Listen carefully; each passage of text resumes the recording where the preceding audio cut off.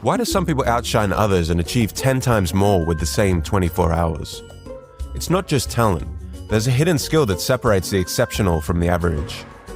Professor Cal Newport uncovered it after studying the most accomplished minds in history. What did they all have in common? They mastered the rare ability to tune out the noise and dive deep into hard, meaningful work for hours at a time.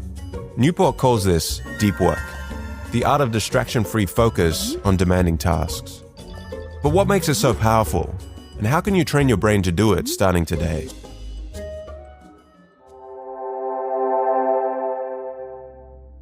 This video was inspired by Cal Newport's amazing book, Deep Work.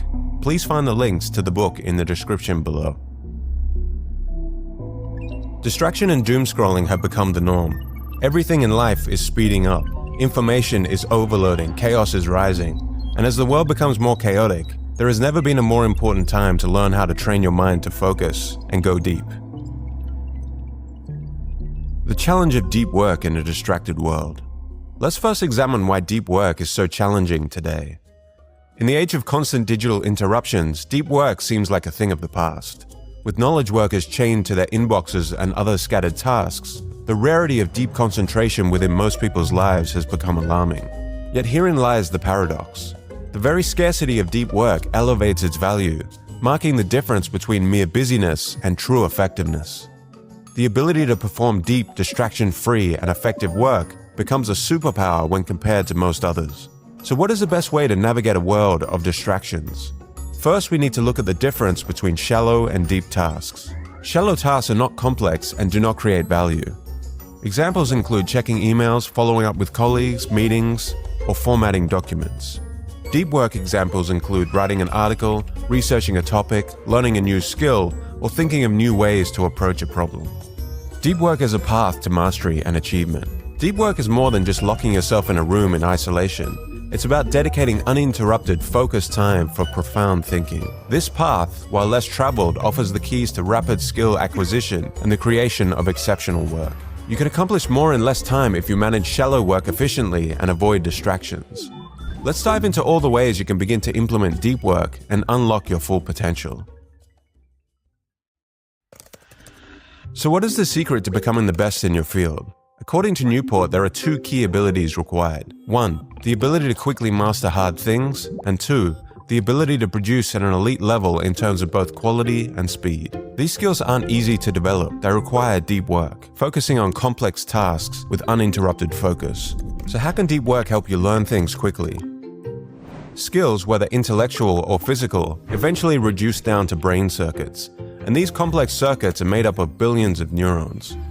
When you learn something new, your brain activates a specific pathway of neurons related to that skill. Neuroscientists believe that when we make improvements on challenging tasks, we develop more of a fatty tissue called myelin. Myelin insulates around the relevant neurons in a corresponding circuit to make them fire faster and cleaner. To be great at something is to be well myelinated. Through uninterrupted concentration on a specific skill, you're forcing that specific relevant circuit to fire again and again in isolation, effectively cementing the skill.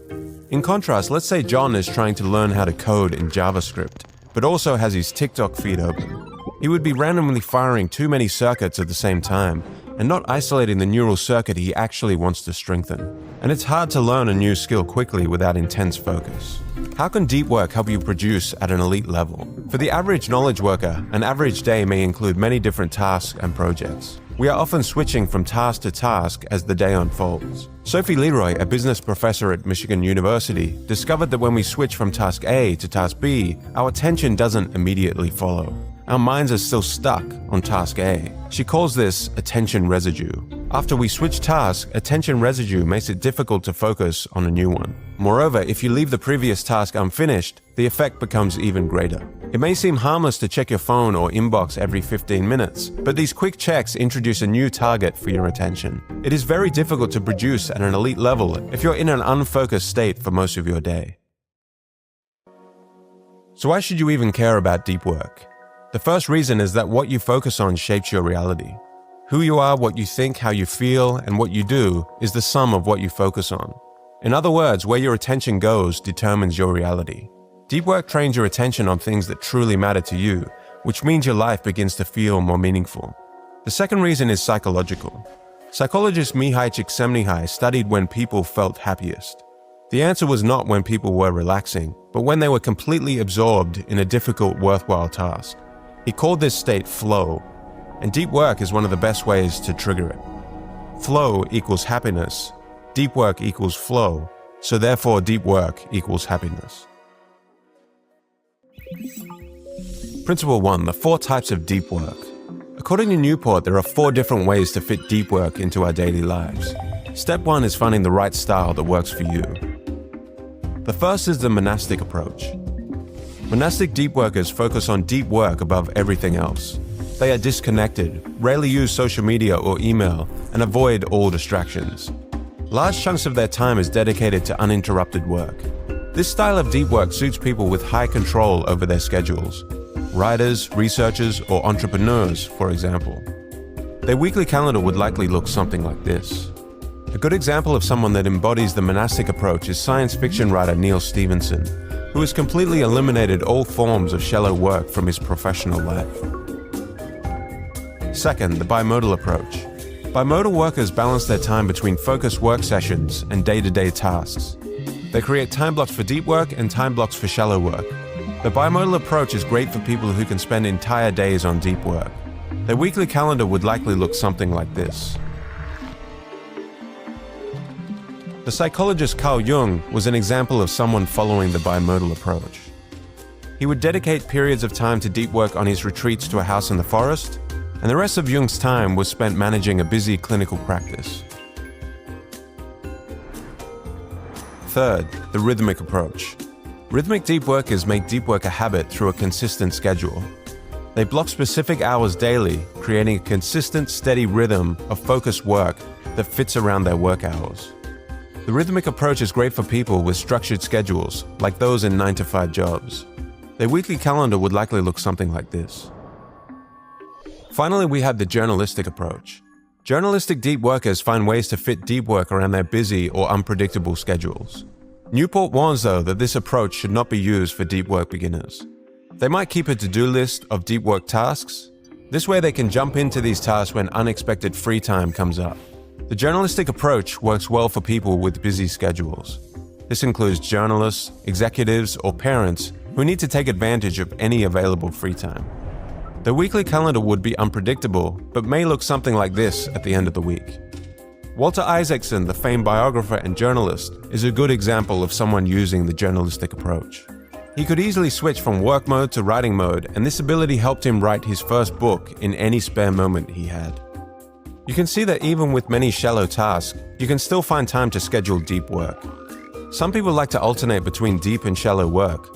Others prefer long stretches of uninterrupted focus. To build a strong work habit, you need to create your own ritual. Ask yourself these questions. How can I make my ritual specific? Where will I work? How long will I work for? What are the rules surrounding my ritual? Can I use social media? Do I need to ban the use of the internet? Where should my mobile phone be during my ritual? Will I drink coffee? What foods will I eat around the time of my ritual? To end the day, create a shutdown ritual. Review your tasks, check what's complete or urgent. Plan tomorrow today. Add any new tasks and set up tomorrow's plan to hit the ground running. Brain dump and capture any loose thoughts out of your head and onto paper. Lastly, create a shutdown phrase for yourself, such as shutdown complete or offline mode activated. Say it out loud to yourself to end your shutdown ritual. This acts as a psychological trigger, telling your brain work mode is done.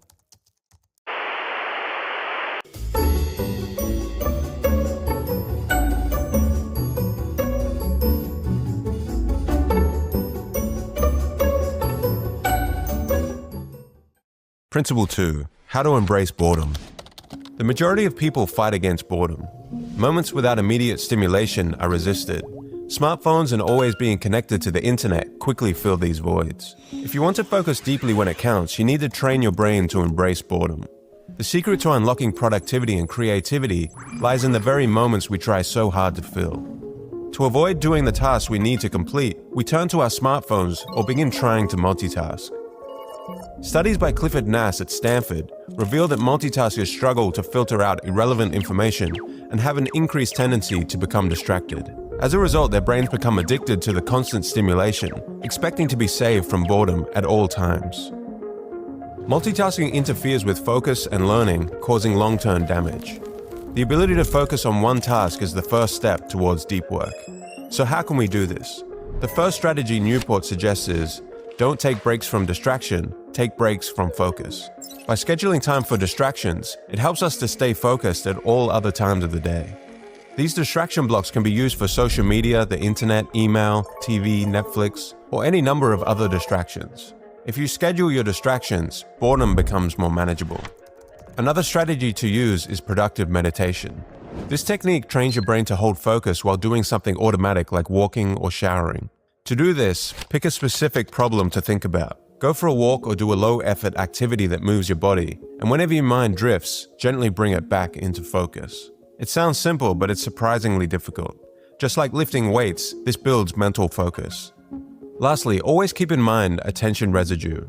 Don't be fooled into thinking that a 2-minute distraction on another task is really only 2 minutes. Losing a few minutes can kill the hour. Losing an hour can kill the day. Focus isn't a switch you can turn on and off at will. You need to build it through practice. To do deep work consistently, you must train yourself to embrace boredom. Principle 3. Quit social media. Social media platforms are designed to be addictive. They're engineered to keep you scrolling, liking, commenting, and not thinking deeply. So what would happen if you completely disconnected from all social media for a month? For many people, being disconnected from social media makes them feel happier and appreciate life more. But even after feeling happier, they soon return to social media tools for hours every day. There is an interesting paradox, the joy of disconnecting versus the strong pull back into the digital world.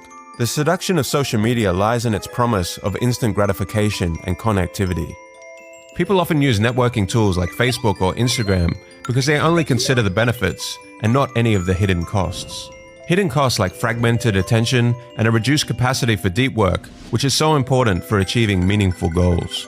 We can reassess our digital habits with Cal Newport's suggested 30-day social media cleanse.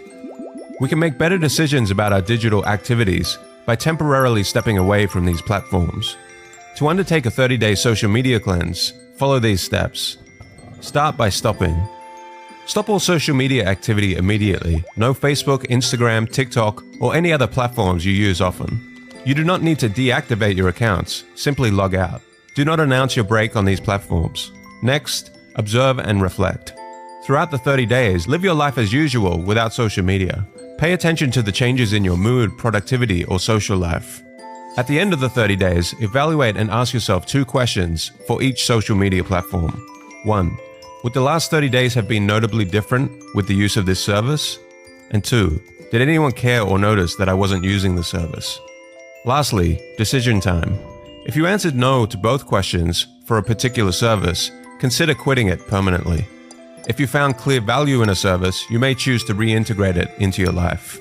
This process helps you determine the true value of each social media platform in your life and make informed decisions on its use in the future. You can ask yourself, am I using this tool or is this tool using me? Do these platforms align with my goals in life? When you view social media through this lens, you can navigate the digital realm with purpose, reclaim your attention, and focus your time and creativity on pursuits that truly matter to you. Principle 4. Have a shallow work budget. In 2007, a company called 37 Signals, now Basecamp, made a bold move. They cut their work week from 5 days down to 4, sparking a productivity revolution. Despite reducing their work by 20%, their productivity remained sky high. When people have fewer hours, they focus more on deep, meaningful tasks and avoid shallow tasks. Cal Newport suggests scheduling every minute of the day, separating your workday into time blocks of deep and shallow work, and sticking to a shallow work budget. This means scheduling time for tasks that need intense focus and batching less important tasks into shallow time slots. Focus on doing fewer things, but doing them deeply and consistently. Stick to a routine that protects your time and energy. Over time, your work and your mindset will begin to shift. Challenge the idea that you always need to be busy and connected. Instead, disconnect. Create space in your life for focus. That space is where deep work lives. And deep work is where your best ideas are hiding. It's a simple idea, but it can change everything. You don't need more time, you need more focus. In this noisy, chaotic world, focus is your superpower. If you enjoyed this summary of deep work, you will love this summary. Just click here.